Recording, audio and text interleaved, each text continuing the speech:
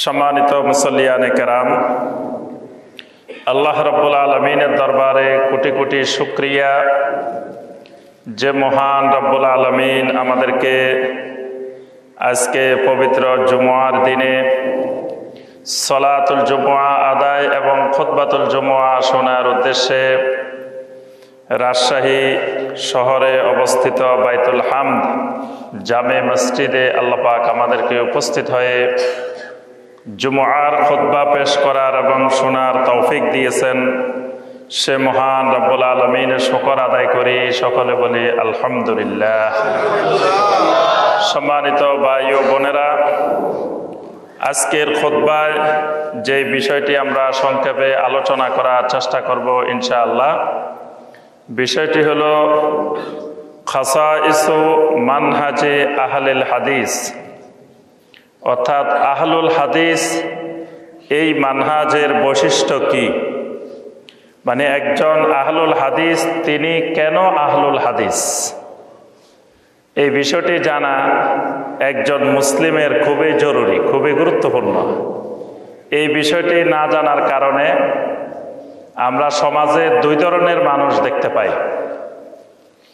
এক ধরনের মানুষ সব সময় নিজেকে আহলুল হাদিস পরিচয় দিতে ভয় পান, সবসময় আতঙ্কের মধ্যে থাকে, কেউ না জানি কোনখান দিয়ে জেনে ফেলে যে আমি আহলুল হাদিস।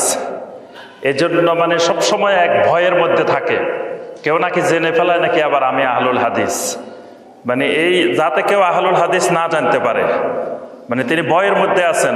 উনি যদি মানুষ জেনে ফেলে যে তিনি আহলুল হাদিস, তাহলে অনেক খারাপ পরিস্থিতি হইতে পারে, বা উনি এটা চান না যে মানুষ জেনে ফেলুক আহলুল হাদিস। আবার আরেক শ্রেণী আছে, তারা নিজেদেরকে আহলুল হাদিস পরিচয় দেন, বলেন যে আমরা আহলুল হাদিস। আলহামদুলিল্লাহ, জিজ্ঞাসা করলে ভাই আপনি কেন আহলে হাদিস, এবার আর উত্তর দিতে পারে না যে আপনার সাথে আমার পার্থক্যটা কোথায়। যেহেতু আমি আহলুল হাদিস বলতেছি না, আপনি বলতেছেন যে আপনি আহলুল হাদিস, যেহেতু আপনি একটা পরিচয় দিচ্ছেন, আপনার এই পরিচয়ের কারণে আপনার সাথে আমার সাথে মূল পার্থক্যটা গুলা কোথায়? আমি আহলুল হাদিস, আপনি আহলুল হাদিস না, তাহলে এখানে আমার আর আপনার মধ্যে পার্থক্যটা কোথায়? এজন্য কেউ কেউ ফর্মুলা আবিষ্কার করেছেন যে কোনো আহলুল হাদিস নাই, কোনো পরিচয় দরকার নাই, সবাই মুসলিম। আমরা যদি সবাই মুসলিম পরিচয় দিই তাহলে আমাদের ঐক্যটা আরো গভীর হবে। যে যে মতাবলম্বী হোক না কেন, যে যে আকীদে বিশ্বাস করুক না কেন, যে যে মানহাজে বিশ্বাস করুক না কেন, আমরা যদি বলি সবাই আমরা মুসলিম, এরপরে আর পরিচয় না দিই, তাহলে সবার মধ্যে ঐক্য খুব সুন্দরভাবে হবে। সুতরাং আহলুল হাদিস পরিচয় দেওয়া দরকার নেই। কেউ কেউ মনে করেন যে আহলুল হাদিস মসজিদের নামের সাথে আহলুল হাদিস মসজিদ কেন লাগানো হয়, এটা নিয়ে অনেকের আপত্তি। বলেন যে কাদিয়ানীরাই শুধু এই দেশে মসজিদ আলাদা করেছে, মসজিদ আলাদা নাম করেছে, আর এখন বর্তমানে আহলুল হাদিসেরা তাদের মসজিদের নামের সাথে আহলুল হাদিস লাগাই দেন। তো এজন্য আসলে আহলুল হাদিস কেন সে আহলুল হাদিস, এই বিষয়টা একজন আহলুল হাদিসকে অবশ্যই জানতে হবে। তাকে দুনিয়ার মানুষের সামনে স্পষ্ট করতে হবে যে ভাই আমি একজন আহলুল হাদিস মানহাজের অনুসারী, আমি কোনো আহলুল হাদিস দলের অনুসারী না, কোনো ফেরকার অনুসারী না, কোনো গ্রুপের অনুসারী না, কোনো মতবাদের অনুসারী না। আহলুল হাদিস এটা মুসলিমের একটি বৈশিষ্ট্য। তো এই কারণে পৃথিবীর প্রত্যেক মুসলিমই আহলুল হাদিস, যদি সত্যিকার অর্থে তিনি মুসলিম হন। যদি তিনি বুঝে শুনে বলেন যে না আমি আহলুল হাদিস না, বুঝা শোনার পরেও, তাহলে তিনি সত্যিকারের মুসলিম না, তার ঈমানের ভিতরে তার আকীদার মধ্যে সমস্যা আছে।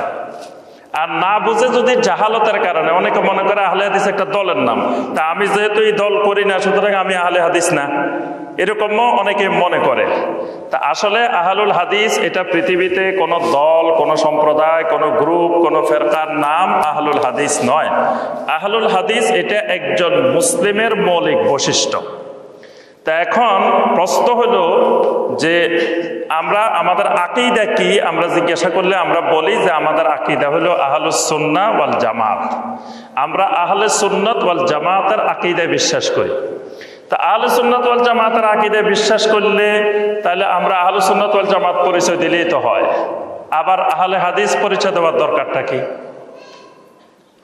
পরিচয় দেওয়া এই জন্যই দরকার, আহলে সুন্নাত ওয়াল জামাত পরিচয়ধারী যত ভাই বোনেরা আছেন তাদের সাথে আমার আকীদার দিক থেকে, চিন্তা চেতনার দিক থেকে কিছু মৌলিক মূল পয়েন্টে পার্থক্য আছে।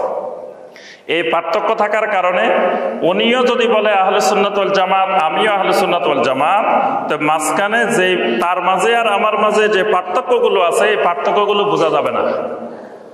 এই জন্যই যুগে যুগে আহলুল ইলমেরা, সালাফে সালেহিনেরা আহলুস সুন্নাহ ওয়াল জামাতের পরিভাষাটাকে কখনো কখনো তারা আহলুল হাদিস পরিভাষা ব্যবহার করতেন, কখনো তারা আহলুল আসার পরিভাষা ব্যবহার করতেন, কখনো তারা আহলুল খবর পরিভাষা ব্যবহার করতেন, কখনো আহলুল জামাআ ব্যবহার করতেন, কখনো আহলুস সুন্নাহ ব্যবহার করতেন।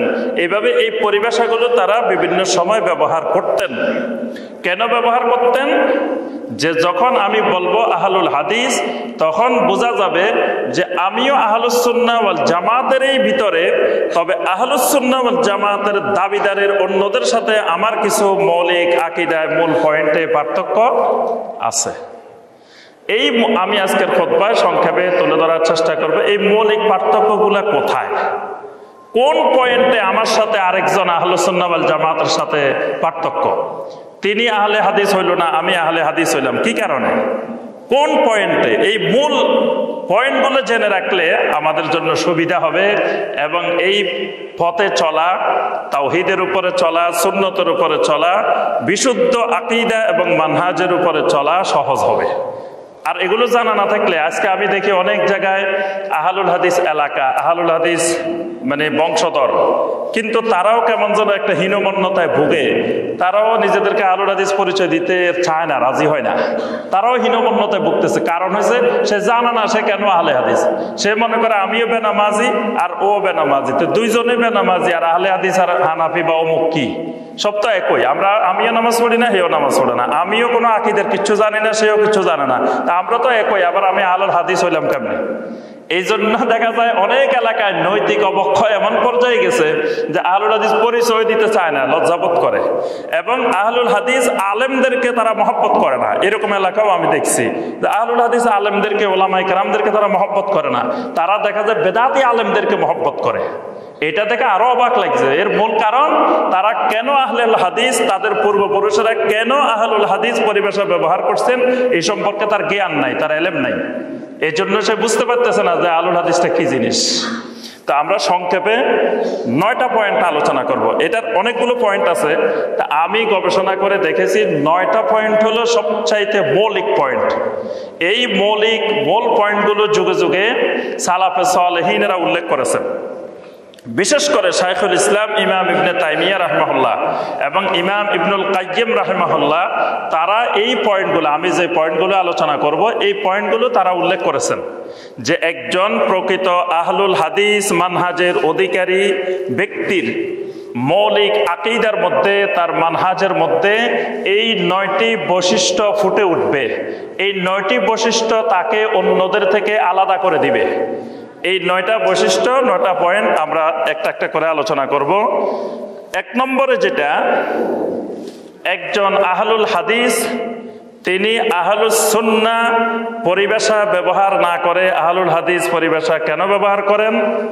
আহলুস সুন্নাহ বললে যতটুকু পরিধি ব্যাপৃত হয়, বিস্তৃত হয়, আহলুল হাদিস বললে এই পরিধিটা আরো অনেক দূর বেশি বিস্তৃত হয়।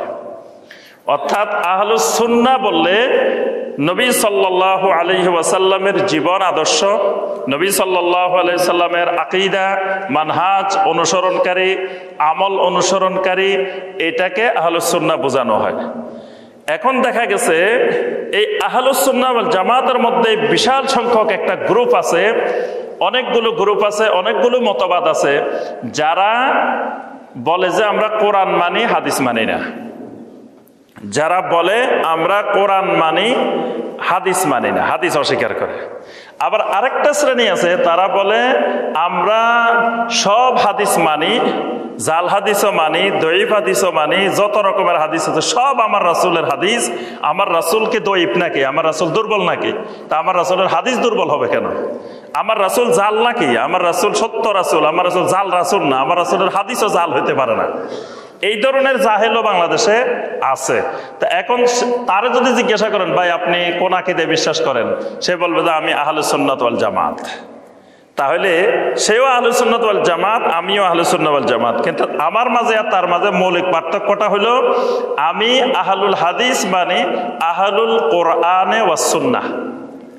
এদের এক গ্রুপ হয়েছে মানে আহলুল কোরআন, তারা বলে যে আমরা আহলে কোরআন, আমরা হাদিস মানি না, আমরা শুধু কোরআন অনুসরণ করি। আবার আরেক গ্রুপ অতিমাত্রায় অনুসরণ করতে গিয়ে তারা নবী সাল্লাল্লাহু আলাইহি ওয়াসাল্লামের নামে যত জাল দঈফ যা বানানো হয়েছে সব আমল করা, সব মানা শুরু করে দিছে। এর থেকে আহলুল হাদিস আলাদা হলো যে তারা আহলুল কোরআনে ওয়াস সুন্নাতুস সহিহা, আহলুল কোরআন ওয়াস সুন্নাতুস সহিহা, মানে তারা কোরআনকেও মানে, কোরআনকেও অনুসরণ করে, পাশাপাশি সব হাদিসকে অনুসরণ করে না। তারা শুধুমাত্র সুন্নতে সহিহা, সহি হাদিসগুলোকে, সহি সুন্নাহগুলোকে তারা অনুসরণ করে। তাহলে এই পরিচয়টা ওদের থেকে, যারা হাদিস একেবারেই মানে না, যারা জাল হাদিসও মানে, দুই শ্রেণী থেকে আহলুল হাদিসকে আলাদা করে দিছে। তাহলে এক নম্বর মৌলিক বৈশিষ্ট্য যে আমার সাথে আরেকজন আহলুস সুন্নাত ওয়াল জামাতের মৌলিক পার্থক্যটা কোথায়, যে কিছু সংখ্যক শুধু কোরআন মানে হাদিস মানে না, আমি তাদের থেকে আলাদা, কারণ আমি কোরআনও মানি আবার হাদিসও মানি। আবার কিছু সংখ্যক কোরআনে কারিমের মানারও দাবি করে, আবার হাদিস মানারও দাবি করে। হাদিস মানার ক্ষেত্রে তারা বলে যে ও সালাফিরা, ও আহলে হাদিসেরা, তোমরা খালি সহি হাদিস মানো, আমরা হাসান হাদিসও মানি, দঈফ হাদিসও মানি, জাল হাদিসও মানি, আমরাই তো আহলে হাদিস। এরকম দাবিদারও বাংলাদেশে আছে যে আমরা সব মানি, যত হাদিস আছে সব মানি। তাদের থেকে আমি আলাদা, যে আমি সব হাদিস মানি না, আমি শুধু অনুসরণ করি কোনটা, আস-সুন্নাহ আস-সহিহা। আমি খালি সহি হাদিস গুলোকে আমল করি, সহি হাদিসগুলো থেকে আকীদা নিই, সহি হাদিসগুলো থেকে আমল নিই, এর বাইরে থেকে আমি কোনো আকীদা, কোনো আমল গ্রহণ করি না। এই বৈশিষ্ট্যে আমি আহলুল হাদিস। কোরআনে কারিমে আল্লাহ রাব্বুল আলামিন কোরআনকে হাদিস বলছেন। হাদিস শব্দটা এমন একটি শব্দ, যে শব্দ বললে, আহলুল হাদিস বললে, হাদিস শব্দটা বললে কোরআনকেও বোঝায়। যেমন সূরা আন-নিসার 87 নম্বর আয়াত, আল্লাহ বলছেন ওয়ামান আসদাকু মিনাল্লাহি হাদিসা। আল্লাহর চেয়ে হাদিস বলার ক্ষেত্রে কে অধিক সত্যবাদী হতে পারে? এখানে আল্লাহ রাব্বুল আলামিনের হাদিস মানে কোরআনে কারীম। সূরা আল মুরসালাতের 50 নম্বর আয়াত, ফাবিআইয়ি হাদিসিন বাদাহু ইউমিনুন। এরপরে তারা কোন হাদিসের উপরে ঈমান আনবে? এখানে ফাবিআইয়ি হাদিসিন মানে কোরআনকে আল্লাহ রাব্বুল আলামিন এখানে হাদিস শব্দ দিয়ে বলছেন। সূরা আল জাসিয়ার 6 নম্বর আয়াত, ফাবিআইয়ি হাদিসিন বাদাল্লাহি ওয়া আয়াতিহি ইউমিনুন। তারা আল্লাহর পরে, আল্লাহর আয়াতের পরে কোন হাদিসের প্রতি ঈমান আনবে? এখানে হাদিস বলতে কোরআনে কারীমকে বোঝানো হয়েছে। নবী সাল্লাল্লাহু আলাইহি সাল্লাম যখন খুতবা দিতেন তখন বলতেন আম্মা বা'দ ফা ইন্না খায়রাল হাদিসে কিতাবুল্লাহ। নবী সাল্লাল্লাহু আলাইহি সাল্লাম সবসময় বলতেন যে সবচাইতে উত্তম হাদিস, কল্যাণকর হাদিস হলো কিতাবুল্লাহ, আল্লাহর কিতাব। কোন কোন রাওয়ায়াতে আসছে ইন্না আসদাকাল হাদিসে কিতাবুল্লাহ, যে সবচাইতে সত্য, অধিক সত্যবাদী হাদিস হলো, আসদাকাল হাদিস হলো কিতাবুল্লাহ, আল্লাহর কিতাব। তাহলে আল্লাহর কিতাবকে আল্লাহ রাব্বুল আলামিনও হাদিস বলছেন, নবী সাল্লাল্লাহু আলাইহি ওয়াসাল্লামের অসংখ্য হাদিসে আল্লাহর কিতাবকে হাদিস বলছেন। তাহলে এই হাদিস পরিভাষাটি ব্যবহার করলে আমার একসাথে কোরআনকেও বুঝাবে, আবার সহি হাদিসকেও বুঝাবে, দুটাকে একসাথে একত্রিত করবে। কিন্তু আর অন্য পরিভাষাগুলো ব্যবহার করলে আমি যে দুইটারই অনুসারী এবং অন্যদের থেকে যে আমি আলাদা, এটা আলাদা করা যাবে না। তাহলে আমরা এক নম্বর পয়েন্ট সংক্ষেপে বুঝলাম যে আহলুল হাদিস যিনি, তিনি আহলুল কোরআনে ওয়াস সুন্নাতুস সহিহা, তিনি কোরআনে কারীম এবং সহি সুন্নাহর, সহি হাদিসের অনুসারী। তার আকীদা কোরআনে কারীম থেকে, তার আকীদা সহি হাদিস থেকে, তার আমল কোরআনে কারীম থেকে, তার আমল হবে সহি হাদিস থেকে। তাহলে এটার দ্বারা অন্য আহলে সুন্নাত দাবিদারদের থেকে সে আলাদা হয়ে গেল। এক নম্বরটা বুঝে আসছে সবাই নাকি? যে আবার দুই নম্বরটা আসে। দুই নম্বরটা হলো ইকতিসারুস সালাফ ফি মাসদারিত তালাক্কি আলাল ওয়াহি কিতাবান ওয়া সুন্নাতান। আহলুল হাদিস যত আকীদা গ্রহণ করে, আকীদার উৎস হিসাবে দুইটি উৎসকে গ্রহণ করে, এর বাহিরে তৃতীয় কোনো উৎসকে আহলুল হাদিস গ্রহণ করে না। অর্থাৎ আহলুল হাদিসের কাছে আকীদার উৎস হলো দুইটি, একটা হলো কিতাবুল্লাহ আর একটা হলো সুন্নত রাসূলিহি সাল্লাল্লাহু আলাইহি ওয়াসাল্লাম। কোরআনে কারীম থেকে তারা আকীদা গ্রহণ করে। কোরআনে কারীমের যেই আয়াতগুলো সরল অর্থে মুহকামাত, স্পষ্ট আয়াত, এই আয়াতগুলো থেকে তারা আকীদা গ্রহণ করে। আবার নবী সাল্লাল্লাহু আলাইহি সাল্লামের সহিহ হাদিসগুলো থেকেও তারা আকীদা গ্রহণ করে। কারণ নুসুসুল কিতাবে ওয়াস সুন্নাহ হিয়াল আসলু ওয়াল মিজানু ওয়া বিহা তুজানুল আকওয়াল ওয়াল আরা। এদের বড় গুরুত্বপূর্ণ একটা বৈশিষ্ট্য হলো এরা সবার কথাকে ওজন করে মাপে কিতাব আর সুন্নাহ দিয়ে। মানে আহলুল হাদিসের বৈশিষ্ট্য হলো এরা যত বড় পণ্ডিত, যত বড় ব্যক্তি, যত বড় আলেম, যত বড় দিনদার, যত বড় সালেহীন হোক না কেন, তার কথাটাকে ওজন করে আল্লাহর কিতাব দিয়ে, ওজন করে নবী সাল্লাল্লাহু আলাইহি ওয়াসাল্লামের হাদিস দিয়ে। যদি কোরআন আর সহিহ হাদিসের সাথে তার কথাটা মিলে তারা গ্রহণ করে, যদি না মিলে যত বড় ব্যক্তি বলুক না কেন সেটা গ্রহণ করে না। কারণ তাদের কাছে আকীদার উৎস, আমালের উৎস এই দুইটা, কিতাবুল্লাহ, সুন্নত রাসূল। আর বাকিরা কি করে? আহলুস সুন্নতের দাবিদার বাকিরা কি করে? তাহলে বাকিরা কি এটা করে না? না, বাকিরা করে না। বাকিদের কাছে আকীদার উৎস এই দুইটার মধ্যে সীমাবদ্ধ নয়। বাকিদের কাছে আকীদার উৎস শুধু কিতাবুল্লাহ, সুন্নত রাসূল নয়, এর বাহিরে তাদের আকীদার আরো অনেকগুলো উৎস আছে। আকীদার আরেকটা গুরুত্বপূর্ণ উৎস, আহলুস সুন্নতের দাবিদার লক্ষ লক্ষ কোটি কোটি মুসলমানের কাছে এই দুইটার বাহিরেও আরো কতগুলো আকীদার উৎস আছে। একটা হলো কাশফ। কাশফের মাধ্যমে বিশাল সংখ্যক মুসলিম আহলুস সুন্নাত ওয়াল জামাত, সুন্নি দাবিদার, আহলুস সুন্নাত দাবিদার, সুন্নিয়তের দাবিদার, তারা কাশফের থেকে আকীদা গ্রহণ করে। কাশফের মাধ্যমে, কাশফ তো বুঝেন নাকি? কি কাশফ বুঝেন? কাশফ হলো মানে 10 লতিফা। 10 লতিফা বুঝেন? জি, লতিফা না বুঝলে কাশফ কেমনে বুঝবেন? এটা সুফিবাদের পরিভাষা। যে লতিফা হলো, তারা সুফিবাদ মানুষের শরীরের মধ্যে 10টা লতিফার আবিষ্কার করেছে। এই লতিফাগুলো মানুষের শরীরের মধ্যে থাকে। এখানে হইলো কালব, এই পাশে হইলো কি কালব।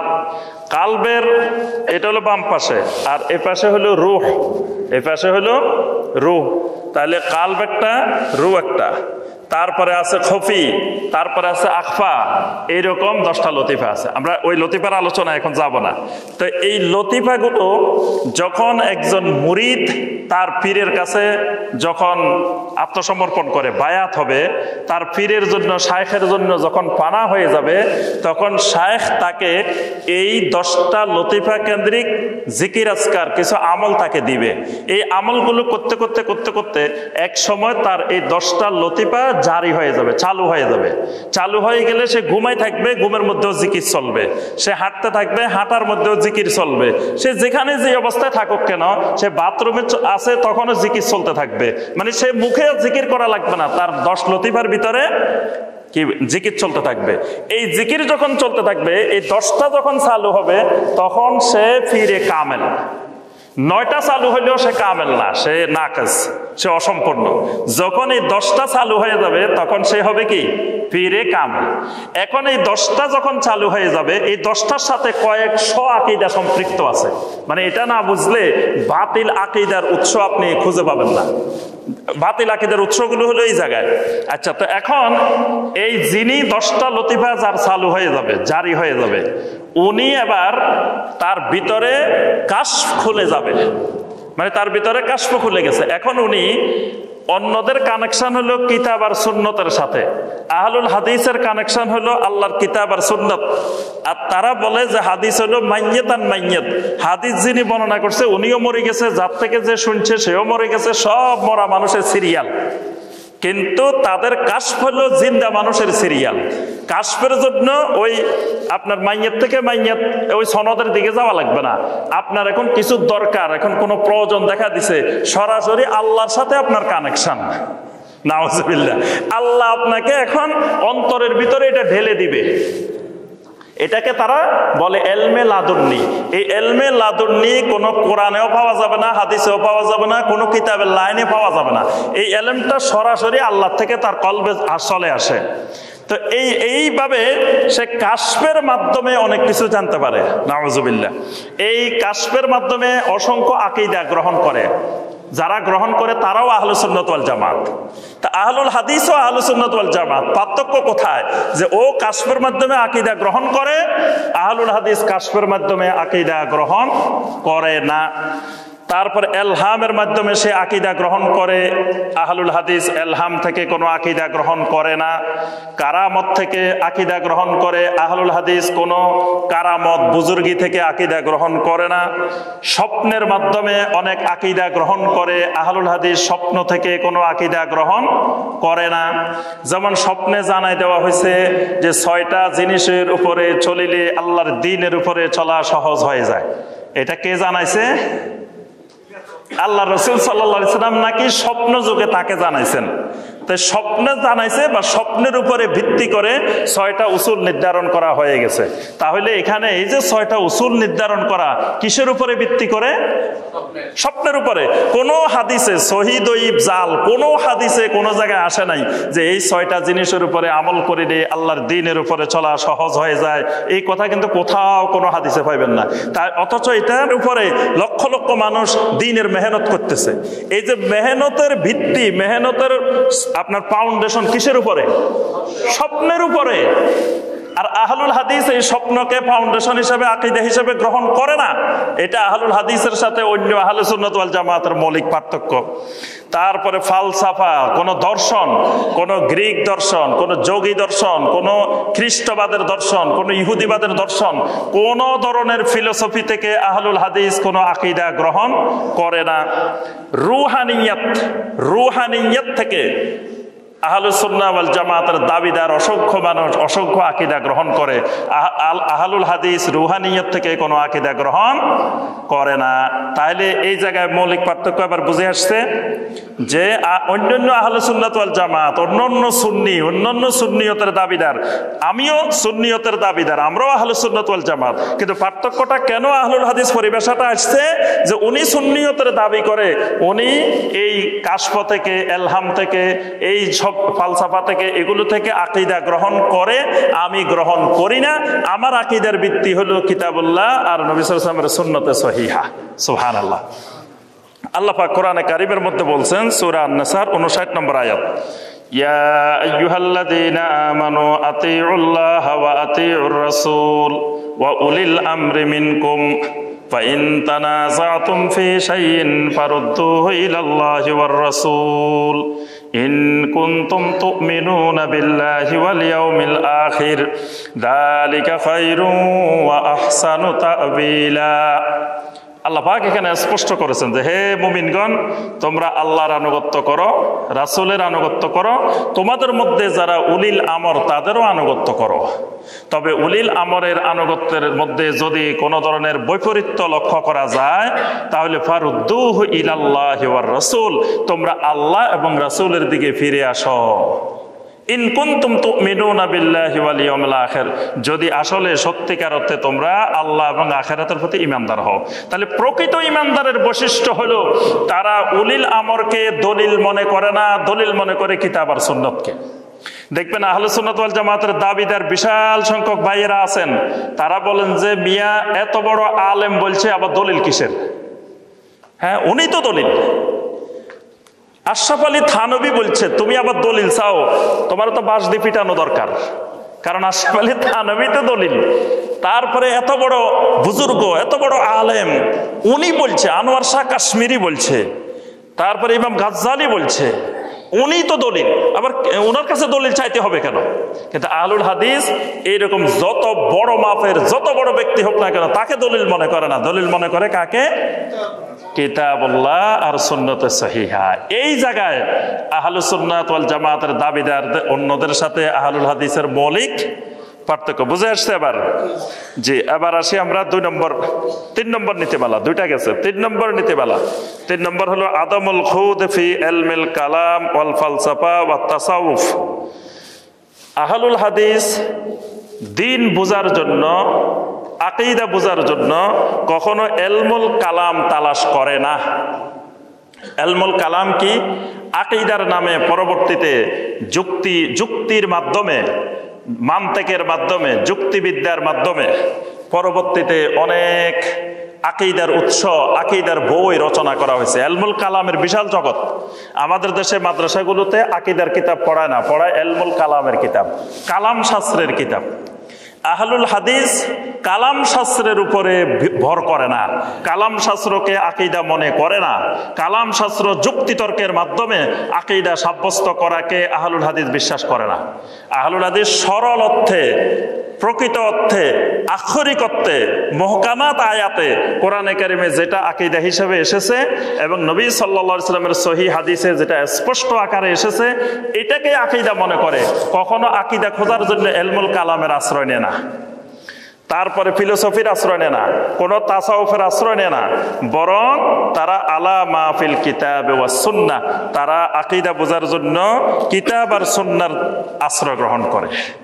তাহলে এই জায়গায় মৌলিক পার্থক্য আছে। অসংখ্য আহলুস সুন্নাত ওয়াল জামাতের দাবিদার তারা ইলমুল কালাম থেকে আকীদা নেয়, ফিলোসফি থেকে আকীদা নেয়, ইলমে তাসাউফ থেকে আকীদা নেয়। কিন্তু আহলুস সুন্নাহ ওয়াল জামাতের অনুসারীদের মধ্যে যারা হবে আহলুল হাদিস তারা এই সমস্ত কিছু আকীদার জন্য খুঁজবে না, তারা খুঁজবে কি? কিতাব আল্লাহ আর সুন্নতে রাসূল। এই জন্য তারা মান্তিক, যুক্তির মাধ্যমে, দেখা গেছে আকীদার একটা বিষয় যুক্তিতে বুঝে আসে না কিন্তু আল্লাহর কিতাবে এইভাবে আছে, তখন তারা যুক্তিতে কি বুঝে আসলো না আসলো যুক্তিকে লাথি মেরে তারা ফেলে দেয়, ফেলে দিয়ে তারা ওহীর আশ্রয় গ্রহণ করে, তারা কিতাবুল্লাহ কি বলছে, সুন্নতে রাসূল কি বলছে এটার আশ্রয় গ্রহণ করে। তাহলে এটা গেল কয় নম্বর? বলে গেলে হবে না তো, এটা 3 নম্বর গেছে। আমরা 3টা বৈশিষ্ট্য বলছি, মোট বৈশিষ্ট্য বলবো বলছে কয়টা? 9টা, 3টা গেছে। 4 নম্বরটা আসেন। 4 নম্বরটাই হলো মূল বৈশিষ্ট্য। এইটা ভালো করে বুঝতে হবে। ইমাম ইবনুল কাইয়্যিম রাহিমাহুল্লাহ বলছেন এই বৈশিষ্ট্যটার কারণে যুগে যুগে আহলুল হাদিস মানে আহলুল হাদিসকে আহলুল হাদিস বানাই রেখেছে এই বৈশিষ্ট্যটা। এটা হলো আহলুল হাদিসের একেবারে খাস মূল বৈশিষ্ট্য।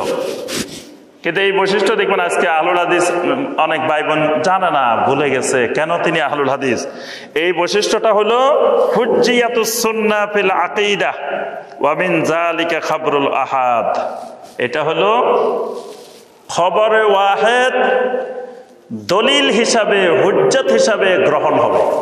মানে আহলুল হাদিসের কাছে খবর ওয়াহিদ দলিল হবে, কিন্তু আহলুস সুন্নাত ওয়াল জামাতের দাবিদার বিশাল সংখ্যক মুসলিমের কাছে খবরে ওয়াহিদ দলিল না, আকীদার ক্ষেত্রে খবর ওয়াহিদ গ্রহণযোগ্য না। আরেকটু ব্যাখ্যা করে বলি, এটা অনেক একটু বুঝতে কষ্ট হবে, এটা কিন্তু বুঝলে একেবারে সহজ। এটা হলো খবরে ওয়াহিদ বুঝতে হবে আগে। খবর ওয়াহিদটা কি জিনিস? খবর ওয়াহিদ হলো নবী সাল্লাল্লাহু আলাইহি ওয়াসাল্লামের হাদিসগুলো 2 ভাগে বিভক্ত। প্রথমত 2 প্রকার, একটা হলো মুতাওয়াতির আর একটা হলো আহাদ। মুতাওয়াতির হলো যেই হাদিসের সনদের রাবি 50 জনের অধিক, এত অধিক সংখ্যক রাবি হাদিসটা বর্ণনা করছে, এটা মিথ্যা হওয়া একেবারেই অসম্ভব, এইরকম হাদিসগুলোকে বলা হয় মুতাওয়াতির। আর বাকি হাদিসগুলো মুতাওয়াতির না, বাকি হাদিসগুলো হইল আহাদ। মানে মুতাওয়াতির অল্প কয়টা হাদিস, বাকি যত হাদিস আছে এগুলো খবরে ওয়াহিদ, এগুলো খবরে আহাদ। এগুলার আবার শ্রেণী বিভাগ আছে, কোনোটা মাশহুর, কোনোটা আজিজ, কোনোটা গরিব, এরকম শ্রেণী বিভাগ আছে এগুলার। কিন্তু এগুলো সবগুলো খবরে ওয়াহিদ। তো আহলুস সুন্নাহ ওয়াল জামাতের বিশাল সংখ্যক মুসলিম বিশ্বাস করে দেখবেন আমাদের দেশে মাদ্রাসায় যে উসুলে ফিকহের কিতাব পড়ানো হয়, এই উসুলে ফিকহের কিতাবে এই বিষয়টা স্পষ্ট বলা আছে। উসুলে শাসি, নুরুল আনোয়ার, আরো যা যা পড়ানো হয় এগুলোর মধ্যে স্পষ্ট বলা আছে যে খবর ওয়াহেদ এলমে ইয়াকিন সাব্যস্ত করবে না, খবর ওয়াহেদ এলমে জন্নি সাব্যস্ত করবে। মানে এলেম দুই রকমের, একটা হলো এলমে ইয়াকিন আর একটা হলো এলমে জন্নি। মানে এক ধরনের এলেম হইল একবারে দৃঢ় বিশ্বাস, এমন এলেম এটা ইয়াকিন হয়ে গেছে। আরেকটা এলেম আছে ধারণা প্রসূত এলেম, ভাষা ভাষা এলেম, এটা এলমে জন্নি, এটা এলমে ইয়াকিন না। যেমন ধরেন ধূমপান বিষপান, ধূমপান বিষপান, এই বাক্যটার মাধ্যমে দুইটা এলেম পাইছি। একটা হলো বিষপান খুবই খারাপ জিনিস, বিষপান করলে মানুষ মরে যায়। আর একটা হলো সেম ধূমপান করলেও মানুষ মরে যায়, ধূমপান করলেও বিষের মতো। তাহলে দুইটা এলেম পাওয়া গেছে না? ধূমপানের ব্যাপারে একটা এলেম, বিষপানের ব্যাপারে একটা এলেম।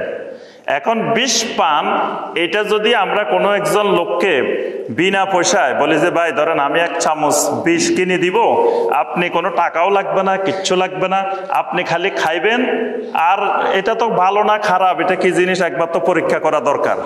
ভালো না খারাপ আপনি বুঝবেন কেমনে? তো এটা যে খারাপ, এটা যে মানুষ মরে যায়, আপনি একটু বোঝার জন্য তো দেখা দরকার। তা আপনি একটু এক চামচ খেয়ে দেখেন, দেখবেন কারোর খাওয়াইতে পারবেন না। সে বলবে যে না না আমার টেস্ট করারও দরকার নাই, পরীক্ষা করারও দরকার নাই, আমি খাবো না। আচ্ছা, এর সাথে আরেকটা এলেম বলছি যে ধূমপান করলেও কিন্তু এরকম বিষপানের মতো, কিন্তু ধূমপান আমি টাকা দিয়ে খাওয়ানো লাগে না, সে নিজের পকেটের টাকা দিয়ে কোটি কোটি টাকার প্রতিদিন ধূমপানের আপনার প্রোডাক্ট বিক্রি হইতেছে। তাহলে ওইটা যদি বিষপানের মতো হইতো তো এগুলো টাকা দিয়ে খাইতেছে, ওইটা টাকা দিয়ে খায় না কেন? ওইটা আমি ফ্রি খাওয়াইতে চাইলেও খায় না, আর এটা টাকা নিজের পকেটের টাকা খরচ করে, কষ্টে উপার্জিত টাকা খরচ করে এটা খাইতেছে। তাহলে কেন দুইটার মাধ্যমে তারা এলেম দিলাম, কিন্তু এক এলেম এরকম এত কার্যকরী হলো, আরেক এলেম এত কার্যকরী হলো না কেন? ওই বিষপানের এলেমটা এলমে ইয়াকিন, আর ধূমপানের যে এলেমটা দিছে এটা এলমে জন্নি। সেই দেখে যে এর সামনে কত মানুষ ধূমপান করছে, কেউ তো মরে না, তার সামনে কত মানুষ ধূমপান করতেছে কিন্তু কই মরে না। তো তারপরে কয় ধূমপান করলে হার্ট অ্যাটাক হয়, তো কত মানুষ ধূমপান না করিও তো হার্ট অ্যাটাক হয়। কত আলেম জীবনে ধূমপান করে নাই, তারও তো হার্ট অ্যাটাক হয়েছে, তারও তো স্ট্রোক করছে, কি ধূমপান করলেনই খালি হয়? মানে এই যে ধূমপানের যে এলেমটা এটা এলমে জন্নি, মানে দুর্বল এলেম হয়েছে তার মধ্যে। এই এলেমটা গাঢ় এলেম, ওই রকম শক্ত এলেম হয় নাই, কিন্তু বিষপানেরটা তার গাঢ় এলেম হয়েছে। এলেমটা এরকম দুই রকম। এখন হলো নবী সাল্লাল্লাহু আলাইহি ওয়াসাল্লামের হাদিস যেগুলো খবর ওয়াহেদ, এই খবর ওয়াহেদ গুলো কি আমাকে এলমে ইয়াকিন দিবে না এলমে জন্নি দিবে? আহলুল হাদিস এই ক্ষেত্রে বিশ্বাস করে যে খবর ওয়াহেদ কোরআনে কারিমের এলেম যেমন এলমে ইয়াকিন দিবে, মুতাওয়াতির হাদিস যেমন এলমে ইয়াকিন দিবে, খবর ওয়াহেদও আমাকে এলমে ইয়াকিন দিবে যদি খবর ওয়াহেদ সহি সাব্যস্ত হয়। যদি খবর ওয়াহেদ হাদিসটা সহি হয়, এই সহি হাদিসের মাধ্যমে আমি যে এলেমটা পাবো এইটা এলমে ইয়াকিন দিবে আমাকে, এলমে জন্নি না। বুঝে আসছে এবার? কিন্তু অন্যরা বিশ্বাস করে, আহলে সুন্নাত ওয়াল জামাতের বাকি অংশ বিশ্বাস করে না, খবর ওয়াহেদের মাধ্যমে যে এলেম আসবো এটা জন্নি, এটা দুর্বল, এটা কোরআনের মতো মুতাওয়াতির হাদিসের মতো এরকম এলমে ইয়াকিন সাব্যস্ত হবে না। আচ্ছা, এই মূলনীতিতে থাকার কারণে কি হয়েছে দেখেন, এই মূলনীতি বুঝতে আপনি সব সমস্যার আমাদের সাথে অন্যদের যত মাসালা যা একতলাপ আছে এই জায়গায় আপনি সমাধান পাই যাবেন। একজন বলতেছেন যে নারীরা মসজিদে আসা যাবে না, নারীরা মসজিদে আসা যাবে না। আহলে হাদিসেরা মহিলাদেরকে মসজিদে নিয়ে উপভোগ করতে চায়, নাউজুবিল্লাহ। এরকম কথাও বাংলাদেশের কোনো কোনো আলেম ব্যক্তিরা বলে থাকেন। আচ্ছা, তো কেন আসা যাবে না? নবী সাল্লাল্লাহু আলাইহি ওয়াসাল্লামের হাদিসগুলো যদি আমরা তাকাই, সবগুলো হাদিসের মধ্যে নবী সাল্লাল্লাহু আলাইহি ওয়াসাল্লাম নারীদেরকে মসজিদে আসার জন্য উৎসাহিত করছেন এবং স্বামীদেরকে বলছেন তোমরা বাধা দিও না, তোমাদের স্ত্রীরা মেয়েরা মসজিদে আসতে চাইলে বাধা দিও না। এখন নবী সাল্লাল্লাহু আলাইহি ওয়াসাল্লামের নিষেধাজ্ঞা, বাধা দিও না, ফালা ইয়ামনাআন্না, খবরদার কেউ তোমরা নিষেধ করিও না। এখন নবী সাল্লাল্লাহু আলাইহি ওয়াসাল্লামের নিষেধাজ্ঞার পরেও নবী সাল্লাল্লাহু আলাইহি ওয়াসাল্লামের ওয়ারিসের নামদারি ওলামা তারা বাধা দিচ্ছে। রাসূল বলতেছে খবরদার বাধা দিও না, সে কয় না আমি বাধা দিব। এখন আবার সে কিন্তু আশেকে রাসূল, যে বাধা দিচ্ছে সে কিন্তু আবার আশেকে রাসূল। তো রাসূলের কথা অমান্য করলো, আবার সে আশেকে রাসূল। কেন? কেমনে সে আশেকে রাসূল হলো? তার ফর্মুলা আমার ফর্মুলা ভিন্ন। তার ফর্মুলা হলো যে নবী সাল্লাল্লাহু আলাইহি ওয়াসাল্লাম যে হাদিসটাতে নিষেধ করছে এটা খবরে ওয়াহেদ, এটা খবরে ওয়াহেদ। এই খবরে ওয়াহেদের জানার পরে, হাদিসটা জানার পরে আমার ভিতরেও এলেম ঢুকছে, তার ভিতরে এলেম ঢুকছে, কিন্তু আমারটা ঢুকছে এলমে একিন, তারটা ঢুকছে এলমে জন্নি। সে মনে করতেছে এইটার মাধ্যমে যে এলেমটা পাইছি এটা এলমে জন্নি, তার থেকে আমার আকল বলতেছে যে মসজিদে আমরা যারা যাই এরা খুব খারাপ মানুষ, মসজিদে ভালো মানুষ আমরা যাই না, এটা আমার আকল বলতেছে। এই জন্য নারীরা যদি মসজিদে আসে তাহলে আমরা এখানে দুর্ঘটনা ঘটার, ফিতনার সম্ভাবনা আছে। তাহলে এই যে ফিতনার সম্ভাবনা আছে, দুর্ঘটনা ঘটতে পারে, এই এলেমটা লাভ হয়েছে কিসের মাধ্যমে? আকলের মাধ্যমে, বিবেকের মাধ্যমে, যুক্তির মাধ্যমে। আর নিষেধ না করা ওইটা সাব্যস্ত হয়েছে খবর ওয়াহিদের মাধ্যমে। আমার কাছে ওই খবর ওয়াহিদের সামনে আকলের এক আনা দামও নেই, কিন্তু তার কাছে খবর ওয়াহিদের এলমে জন্নির চাইতে ওই যুক্তিটার দাম তার কাছে বেশি। এবার ঘটনা বুঝে আসছে? এই জন্য তার সাথে আমার সাথে এই জায়গায় মৌলিক পার্থক্য। আমি বলি নারীরা মসজিদে আসবে, সে বলে আসতে পারবে না, কারণ তার কাছে, তাকে যদি বলি, আমাদের অনেকের কাছে আশ্চর্য লাগে, রে এত বড় আলেম এত হাদিস অস্বীকার করে, আল্লাহ রসুল এইভাবে হাদিস বলছে, হে রাসূল হাদিসের বিরোধিতা করতেছে, কেন বিরোধিতা করতেছে? আবার কয় মিয়া আমি এত বছর বুখারী পড়াই, তো ওই বুখারীর মধ্যে হাদিস আছে, তারপরে সে মানে না। কেন মানে না? কারণ বুখারীর হাদিস আমার আপনার কাছে এলমে ইয়াকিন সাব্যস্ত করে। উনি 50 বছর পড়াইলেও ওনার কাছে এটা এলমে ইয়াকিন না, এটা এলমে জন্নি।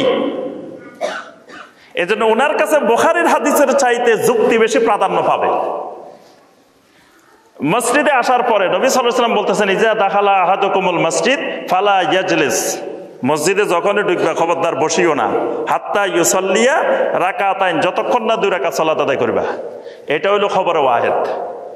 এখন আমার আকল বলতেছে, আমার যুক্তি বলতেছে যে আমি বাইরের থেকে অনেক দূরের থেকে আসছি, তা দূরের থেকে আসতে আসতে আমার একটু কষ্ট হয়েছে না? মসজিদে আসি মাত্র যদি আমি সলাতে দাঁড়াই যাই তাহলে আমার এই কষ্ট তো আরো বেশি বেড়ে যাবে। কষ্টের মধ্যে আমি সুন্দর মতো সলাত আদায় করতে পারবো না। তার চেয়ে আমি মসজিদে যাই, কতক্ষণ বসি, একটু বিশ্রাম নিই, তারপরে পড়বো। তাহলে খবর ওয়াহিদ বলতেছে খবরদার বসা যাবে না, তুমি যেমনে আসো, দৌড়াই আসো, হাঁটি আসো, বসি আসো, কেমনে আসছো ওটা দেখার বিষয় না। মসজিদে ঢুকছো, আল্লাহর ঘরে ঢুকছো, আল্লাহর ঘরে সালাত আদায় করা ছাড়া তোমার বসার পারমিশন নাই। এটা বলতেছে কিসে? খবর ওয়াহিদ। কিন্তু আমার যুক্তি বলতেছে না, এইভাবে নামাজ পড়া যাবে না, আমি একটু কতক্ষণ বিশ্রাম নিই, তারপরে পড়বো। এখন আমার কাছে কোনটা প্রাধান্য পাবে? একজন আহলুল হাদিসের কাছে আল্লাহ রসুল সাল্লাল্লাহু আলাইহি ওয়াসাল্লাম যেটা বলছেন, খবর ওয়াহিদ যেটা বলছেন, সেটা প্রাধান্য পাবে। কিন্তু আরেকজন আহলুস সুন্নাত ওয়াল জামাতের দাবিদার, তার কাছে এটা প্রাধান্য পাবে না, ওইটা প্রাধান্য পাবে। এই জন্য দেখবেন এরকম শত শত হাদিস, এই মাসালা এই যুগে না, এই মাসালা সেই ইমাম আবু হানিফা রহমতুল্লাহের যুগে, ইমাম শাফি রহমতুল্লাহের যুগে, ইমাম আহমদ বিন হাম্বল রহমতুল্লাহের যুগে অসংখ্য মুসলিম এরকম হাদিস ছেড়ে দিছে। হাদিস খবর ওয়াহিদ বলি হাদিস বাদ দিয়ে যুক্তির দিকে, আকলের দিকে চলে গেছে। কিন্তু আহলুল হাদিস যারা ছিল যুগে যুগে, এই 1400 বছর ধরে, তাদের মূল নীতিমালা ছিল কোন যুক্তি, কোন দর্শন, কোন বিবেক, এটার সাইরানা দামও নাই, আমার কাছে খবর ওয়াহিদের দাম। এজন্যই আহলুল হাদিস এই জায়গায় আহলুল হাদিস। বুঝে আসছে? মূল পয়েন্ট কিন্তু এটা। কি পয়েন্ট? এটা আসল পয়েন্ট এটা যে একজন আহলুল হাদিস কেন আহলুল হাদিস? ইমাম ইবনুল কাইয়িম রাহিমাহুল্লাহ এই জন্য বলছেন যে আহলুল হাদিস বানাইছে এই পয়েন্টে যে তারা খবর ওয়াহিদের সামনে যত যুক্তি, যত আকল, যত বিবেক যাই আসুক, তারা এগুলাকে কোনো মূল্যায়ন করে না। তাদের সামনে খবর ওয়াহিদটাই প্রাধান্য পাবে যদি সহি হয়। তাহলে আমরা কয়টা বুঝলাম? 4টা। বাকিগুলো সংক্ষেপে বলেই শেষ করবো ইনশাআল্লাহ। 5 নম্বর হলো আল ইতিমাদ আলা ফাহমিস সাহাবা ওয়াত তাবেঈন। আহলুল হাদিসের বড় বৈশিষ্ট্য হলো কোরআন আর সুন্নাহ বুঝার ক্ষেত্রে তারা নিজে নিজে বুঝে না, তারা তাদের বুজুর্গের বুঝ অনুযায়ী বুঝে না, তারা বুঝার চেষ্টা করে আলা ফাহমিস সাহাবা ওয়াত তাবেঈন। তারা কোরআন আর হাদিস বুঝে সাহাবায়ে কেরাম যেমনে বুঝছেন, তাবেঈনে কেরাম যেমনে বুঝছেন, ওই বুঝের মতো কোরআন আর হাদিস বুঝে, নিজে নিজে বুঝে না। এই মাসালার এই পয়েন্টের আমি একটা উদাহরণ দিই খালি। কোরআনে কারিমে আল্লাহ পাক বলতেছেন ওয়াজকুর ইসমা রাব্বিকা, তোমার রবের নামের জিকির করো, আছে না? সূরা আল মুজাম্মিলের মধ্যে আছে। আল্লাহ পাক বলছেন ওয়াজকুর ইসমা রাব্বিকা ওয়া তাবাত্তাল ইলাইহি তাবতীলা, ওয়াজকুর ইসমা রাব্বিকা, তোমার রবের নামে জিকির করো। তো রবের নাম কি? আল্লাহ। তাহলে তো আল্লাহ পাক এখানে বলতেছেন তোমরা সবাই কি করো? আল্লাহ আল্লাহ আল্লাহ জিকির করো। কি আল্লাহ বলছে না? আল্লাহ তো বলছে তোমার রবের নামের জিকির করো। তো এখন আমরা কিন্তু আল্লাহ আল্লাহ এইভাবে জিকির করি না, আমরা বলতেছি এটা বেদাত। আল্লাহ বলতেছেন জিকির করার জন্য, আর আপনি কোন বেদাত? কথাটা কেমন হয়ে গেছে না? এই জায়গায় মূল তফাৎ হলো, এই আয়াতে কারিমা আল্লাহ বলছেন, এখন আল্লাহ পাক এখানে রবের নামের জিকির করতে বলছেন। এই রবের নামের জিকির কি এটা আমি বুঝার জন্য যাবো কার কাছে? ইবনে আব্বাসের কাছে। কার কাছে যাবো? ইবনে আব্বাস রাদিয়াল্লাহু তাআলা আনহুমার কাছে, ইবনে মাসউদ রাদিয়াল্লাহু তাআলা আনহুমার কাছে, আবু বকর ওমর রাদিয়াল্লাহু তাআলা আনহুমাদের কাছে। আমি বুঝবো তাদের থেকে। তারা এই আয়াতে কারিমা নাজিল হয়েছে রবের নামে জিকির করো, তারা তাদের জিন্দিগিতে জীবনে একবারও আল্লাহ আল্লাহ জিকির করে নাই। কেন করলো না? কোরআনে আল্লাহ বলছেন, অথচ তারা সাহাবীরা করলেন না, যারা জান্নাতের সুসংবাদ প্রাপ্ত মানুষ তারা করলেন না কেন? তাহলে দুইটার যে কোনো একটা হতে পারে, হয় তারা আয়াত এটা বুঝতে পারে নাই। কি বলেন? আমরা যেভাবে বুঝে গেছি, সাহাবীরা মনে হয় আয়াত এটা বুঝে নাই, ওনাদের বুঝতে কষ্ট হয়েছিল, পরে আমরা বুঝে গেছি। এটা বিশ্বাস করলে ঈমান চলে যাবে। অথবা তারা বুঝছে কিন্তু আমল করার সুযোগ পায় নাই, আমল করে নাই। শিয়ারা যেমন বলে যে সাহাবায়ে কেরাম মুরতাদ হয়ে গেছে, নাউজুবিল্লাহ। তাহলে সাহাবীরা আয়াত এটা তো তাদের উপরও নাজিল হয়েছে, তারাও তো এটা বুঝছে, তো বুঝলো আমল করলো না কেন? তার অর্থ তাহলে তারা বুঝি আমল করে নাই, নাউজুবিল্লাহ। তাহলে তার অর্থ হলো যে এই আয়াতে আল্লাহ পাক আল্লাহ আল্লাহ করতে বলেন নাই। যদি করতে বলতেন তো সাহাবায়ে কেরাম সবার আগে এটা আমল করতেন, এভাবে করতেন। তাহলে আহলুল হাদিস কোরআন আর সুন্নাহ বুঝে কার মতো? সাহাবায়ে কেরামের মতো, তাবেঈনে কেরামের মতো। আর অন্য আহলুস সুন্নাত ওয়াল জামাতের দাবিদাররা কোরআন হাদিস বুঝে তাদের নিজেদের মতো করে, সাহাবায়ে কেরামের মতো করে বুঝে না। এই যে দেখবেন ঈদে মিলাদুন নবী আসে, যখন এই যে রবিউল আউয়াল মাসের 12 তারিখ আসে, তখন বলে যে কোরআনেই তো আল্লাহ ঈদে মিলাদুন নবী করতে বলছেন। তা সুন্দর কথা, কোরআনে আছে, কি আছে? কুল বিফাদলিল্লাহি ওয়া বিরাহমাতিহি ফাবিযালিকা ফালিয়াফরাহু। আল্লাহ পাক বলছেন, রাসূল আপনি বলেন আল্লাহর অনুগ্রহ, আল্লাহর রহমত তোমরা পেয়েছো, এই জন্য তোমাদেরকে বেশি বেশি খুশি হওয়া উচিত। তো আল্লাহ রাসূল তো রহমাতুল লিল আলামিন, এর থেকে বড় রহমত আর কি? আল্লাহ রাসূল আসছে, আল্লাহ বলছে ঈদ করার জন্য, খুশি করার জন্য। কোরআনেই আছে। তাহলে ঠিক আছে, কোরআনে আছে। এখন আহলুল হাদিস কি করবে? আহলুল হাদিস বৈশিষ্ট্যের যিনি হবে, এই মানহাজের যিনি, উনি বলবে ঠিক আছে কোরআনে আছে তো বুঝছি, আচ্ছা দেখি আমার নবীর সাহাবীরা কয়বার ঈদে মিলাদুন নবী পালন করছে, আমার নবীর সাহাবীরা কয় কেজি ওজনের কেক কাটছিল বার্থডে পালন করার জন্য, একটু দেখি। এখন দেখলে দেখা যায় যে আল্লাহ নবীর সাহাবীরা যারা নবী সাল্লাল্লাহু আলাইহি সাল্লামকে তাদের জীবনের চাইতে বেশি মহব্বত করতেন, নবী সাল্লাল্লাহু আলাইহি সাল্লামের জন্য তাদের জীবন উৎসর্গ করার জন্য 24 ঘন্টা রেডি থাকতেন, সেই সাহাবায়ে কেরাম জীবনে একবারও করে নাই। তো করলো না কেন? তারা মনে হয় আয়াত এটা বুঝেন নাই। এখন বাংলাদেশের আলেমেরা বুঝে গেছে, তারা মনে হয় সাহাবীরা বুঝতে পারেন নাই, অথবা বুঝছেন তারা মনে হয় ঈদে মিলাদুন নবী করার সুযোগ পায় নাই। কোনটাই না। তার অর্থ হলো আয়াত এটার মধ্যে আল্লাহ পাক ঈদে মিলাদুন নবী করতে বলেন নাই, এটা আল্লাহর নামে মহা মিথ্যা অপবাদ, আল্লাহর নামে প্রতারণা, কোরআনে কারীমের নামে প্রতারণা। তাহলে এই বৈশিষ্ট্য পাইলাম আমরা 5 নম্বর। এইভাবে প্রত্যেকটা আয়াত, প্রত্যেকটা হাদিস সাহাবায়ে কেরাম এবং তাবেঈনদের আদলে বুঝে কারা? আহলুল হাদিসেরা। অন্যরা বিভিন্ন জনের আঙ্গিকে বিভিন্ন জন বিভিন্নভাবে বুঝে তারা। আচ্ছা, 6 নম্বর বৈশিষ্ট্য, আকলের সামনে তারা ওহীকে অগ্রাধিকার দেয়। মানে আহলুল হাদিসের বৈশিষ্ট্য হলো আকল পরে, ওহী আগে। তবে তারা আকলকে অস্বীকার করে না।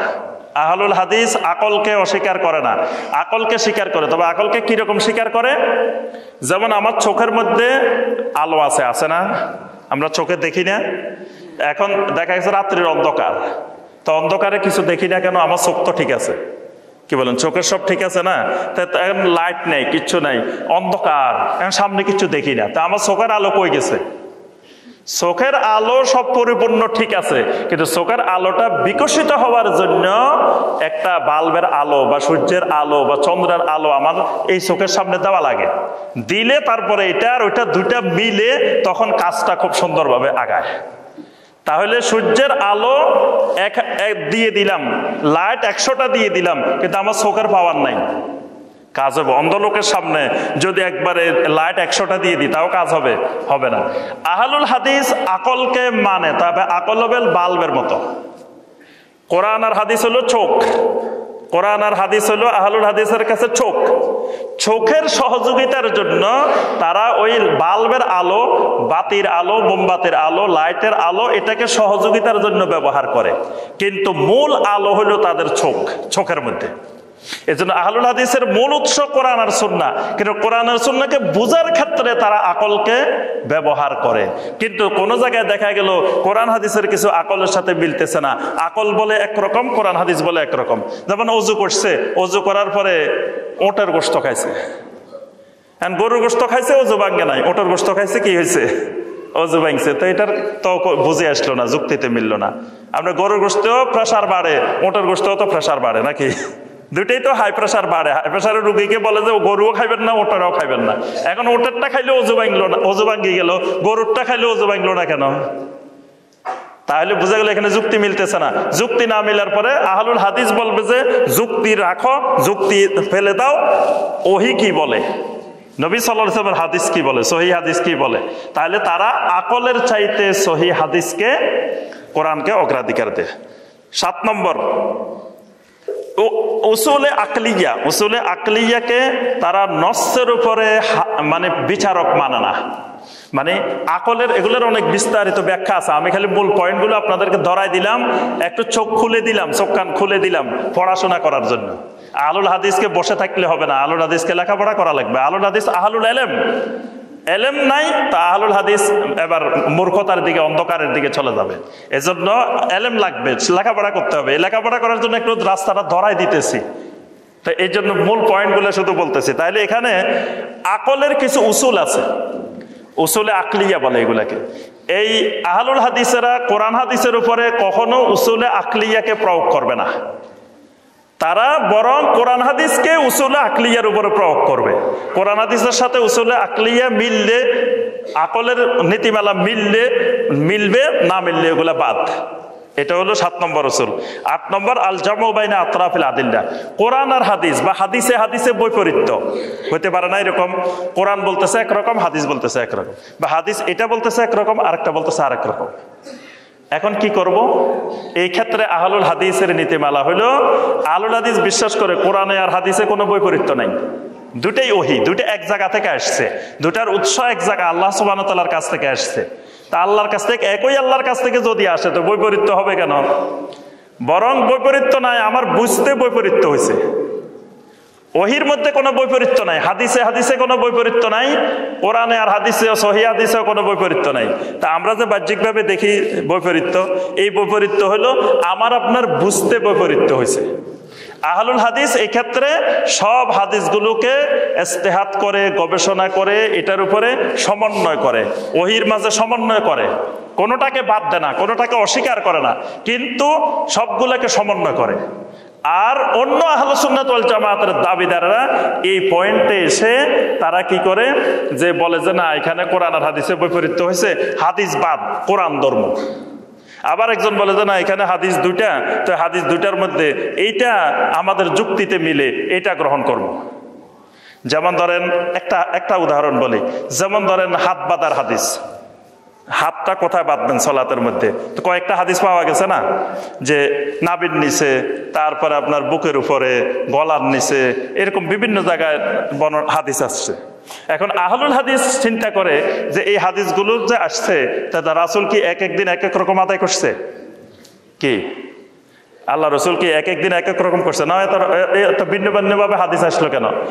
এই ক্ষেত্রে আহলুল হাদিস মনে করে এই সবগুলো হাদিসের মধ্যে যেটা সবচাইতে অত্যাধিক বিশুদ্ধ সেটা আমল করব। আরেকজন মনে করে না, যে আমরা এক কাজ করি, যে ভাগ করে দিয়ে দিই, যেহেতু হাদিস কয়েক রকমের পাইছি, তো নারীরা বুকের উপরেরটা আমল করুক, পুরুষেরা নাভির নিচেরটা আমল করুক। দেখেন, এই যে আহলুল হাদিসের সাথে আহলুস সুন্নাত দাবিদারদের পার্থক্যটা কোথায়? যে আমরা বলতেছি না, নারী পুরুষ একটাই আমল করবে, যেটা সর্বাধিক বিশুদ্ধ, যেটা সর্বাধিক সহিহ। আর উনি বলতেছে যে না, যেহেতু হাদিস দুই রকম পাওয়া গেছে, তো একটা নারীদেরকে দিয়ে দিই, একটা পুরুষদেরকে দিয়ে দিই। তো এই দেওয়ার অধিকার আমাকে কে দিছে? আমাকে ভাগ করার অধিকারটা কে দিছে যে নাভির নিচেরটা পুরুষেরা নাও, বুকের উপরটা নারীরা নাও, এই যে দিয়ে দিলাম আমি ভাগ করি, ওহিকে ভাগ করার এই অধিকার আমাকে কে দিল? এই ক্ষেত্রে আহলুল হাদিস এই অধিকার নিজের হাতে নেয় না। আচ্ছা, সর্বশেষ যেটা 9 নম্বর, সেটা হলো রাদ্দুল মুতাশাবে লিল মুহকাম, অর্থাৎ কোরআনে কারিমের মধ্যে হাদিসের মধ্যে কিছু আয়াত আছে মুহকামাত, কিছু আয়াত আছে মুতাশাবিহাত, কিছু আয়াত স্পষ্ট, কিছু অস্পষ্ট। আবার হাদিসের মধ্যেও দেখবেন যে কিছু হাদিস আছে স্পষ্ট, আবার কিছু হাদিস অস্পষ্ট, কিছু হাদিস বোঝা যায় না। যেমন আল্লাহ পাক মানুষকে সৃষ্টি করেছেন, মাখলুককে সৃষ্টি করেছেন, একটা হাদিসে আসছে বিসুরাতিহি, আল্লাহর সুরতে। আল্লাহর সুরতে বলতে নবী সাল্লাল্লাহু আলাইহি ওয়াসাল্লাম বলতেছেন, আল্লাহর সুরতে বলতে কি? তাহলে এই মুতাশাবিহাত হাদিস দিয়ে অনেক মানুষ শিরকের দিকে ধাবিত হয়ে গেছে, গোমরাহ হয়ে গেছে। এই ক্ষেত্রে আহলুল হাদিসের নীতিমালা হলো সবসময় তারা মুহকামাতের পিছনে দৌড়াবে, মুতাশাবিহাতের পিছনে দৌড়াবে না। আর আহলুল বেদার মাধ্যম হলো, আহলুল বেদার শক্তি হলো তারা মুহকামাতের পিছনে দৌড়ায় না, সবসময় মুতাশাবিহাতের পিছনে দৌড়ায়। এটা একবারে একটু সামান্য লক্ষ্য করলে দেখবেন কোরআনের আয়াত যেগুলো স্পষ্ট, শত শত আয়াত, ওই স্পষ্ট আয়াত নিয়ে তার কোনো বক্তব্য নাই, তার কোনো কথা নাই, এগুলোর পিছনে কোনো দৌড়ানি নেই। দেখবেন যে 2-1টা আয়াত আছে একটু অস্পষ্ট মুতাশাবিহাত, সে সবসময় ওগুলোর পিছনে লেগে আছে। এটা বেদাতের বৈশিষ্ট্য, আহলুল বেদার বৈশিষ্ট্য, সে সবসময় অস্পষ্ট আয়াতগুলোর পিছনে লেগে থাকে। যেমন আল্লাহ পাক বলছেন কাদ জাআকুম মিনাল্লাহি নূরুন ওয়া কিতাবুম মুবিন, যে তোমাদের কাছে আল্লাহর পক্ষ থেকে নূর এসেছে এবং কিতাবুম মুবিন এসেছে। এখানে নূর কে, এটা তো আল্লাহ বলেন নাই। নূর কে, কি জিনিস নূর, এটা আল্লাহ পাক বলেন নাই। তাফসীর কারকেরা কেউ কেউ বলছেন যে নূর বলতে কোরআনে কারীম, কেউ বলছেন নূর বলতে ইসলাম, কেউ বলছেন নূর বলতে দ্বীন, কেউ বলছেন যে নূর বলতে মুহাম্মদ সাল্লাল্লাহু আলাইহি ওয়াসাল্লাম। তাও নূর, মুহাম্মদ সাল্লাল্লাহু আলাইহি ওয়াসাল্লামকে নূর হিসেবে তাফসীর কারকেরা ব্যাখ্যা দিয়েছেন। তারাও কেউ বলেন নাই যে মুহাম্মদ সাল্লাল্লাহু আলাইহি ওয়াসাল্লাম নূরের তৈরি। মুহাম্মদ সাল্লাল্লাহু আলাইহি ওয়াসাল্লাম নূর বলছেন, তিনি যে দ্বীন নিয়ে আসছেন এটা তো নূর, এটা তো আলো, ইসলাম তো নূর। তো এই নূরের মাধ্যমে সারা দুনিয়া তার দাওয়াতে বিকশিত হয়েছে, জাহেলিয়ত দূর হয়েছে, শিরিক দূর হয়েছে। তো মুহাম্মদ সাল্লাল্লাহু আলাইহি ওয়াসাল্লাম তো নূর ঠিকই আছে। এবং আল্লাহ পাক এখানে মুহাম্মদ সাল্লাল্লাহু আলাইহি ওয়াসাল্লাম নূর এই কথা কিন্তু সরাসরি বলেন নাই আয়াতের মধ্যে। এখন দেখবেন আমরা আয়াতের ব্যাখ্যায় যেটা পাইছি, সাহাবায়ে কেরাম যে ব্যাখ্যা দিয়েছেন, আমরা আহলুল হাদিস সেটা বিশ্বাস করে। কিন্তু যিনি আহলুল বেদা, উনি সবসময় এই আয়াতের পিছে লাগিয়ে রয়েছে। এই আয়াত দিয়ে দিয়ে দেখবেন যে মানুষকে বলবে যে দেখো আল্লাহ রাসূল নূরের তৈরি এখানে আছে। তাহলে যদি নবী সাল্লাল্লাহু আলাইহি ওয়াসাল্লাম নূরের তৈরি হইতো, তা আল্লাহর কি স্পষ্ট করে বলতে আল্লাহর লজ্জা লাগতো? আল্লাহ পাক স্পষ্ট করে বলে দিতেন না আয়াতে? ওই স্পষ্ট আয়াতের পিছনে বেদাতি দৌড়ায় না, সবসময় তারা দৌড়ায় মুতাশাবিহাতের পিছনে। আর আহলুল হাদিসের বৈশিষ্ট্য হলো তারা মুতাশাবিহাতের পিছনে দৌড়ায় না, মুতাশাবিহাতের পিছনে সময় নষ্ট করে না। তারা বলে যে মুতাশাবিহাত আয়াত যেগুলো আসছে এগুলা আমান্না বিহি কুল্লুম মিন ইনদি রাব্বিনা, যে মুতাশাবিহাত আয়াত যেগুলো, এগুলো আমার আল্লাহর আয়াত, এগুলোর উপরে আমি ঈমান আনলাম, এগুলো আমার আল্লাহর পক্ষ থেকে আসছে, এগুলা যেভাবে আসছে আমার কাজ হলো শুধু ওইভাবে বিশ্বাস করা, এর বাইরে আমার আর কিছু দরকার নেই। এটা হলো গবেষণায় ব্যস্ত হয় না। এজন্য আহলুস সুন্নাহ ওয়াল জামাআহ বা আহলুল হাদিসেরা কখনো মাহাদি নিয়ে গবেষণায় ব্যস্ত থাকে না, দাজ্জাল নিয়ে গবেষণায় ব্যস্ত থাকে না, কিয়ামতের আলামতগুলো নিয়ে খুঁজতে থাকে না। দাজ্জাল কোন দেশে আসছে, কত সালে আসবো, কোন জায়গাতে গেছে, কোন জায়গায় ঘুমাইছে, কোন জায়গায় কি করছে, জাল হাদিস খুঁজি, ইসরায়েলি রাওয়ায়াত খুঁজি, এই কাজ আহলুল হাদিস করে না। কিন্তু আহলুল বেদা সবসময় দেখবেন যে এগুলোর পিছনে লেগে থাকে। মানে সবসময় তাদের বৈশিষ্ট্য মুতাশাবিহাত। এই দুটা পয়েন্ট মনে রাখবেন যে মুতাশাবিহাত আর মুহকামাত।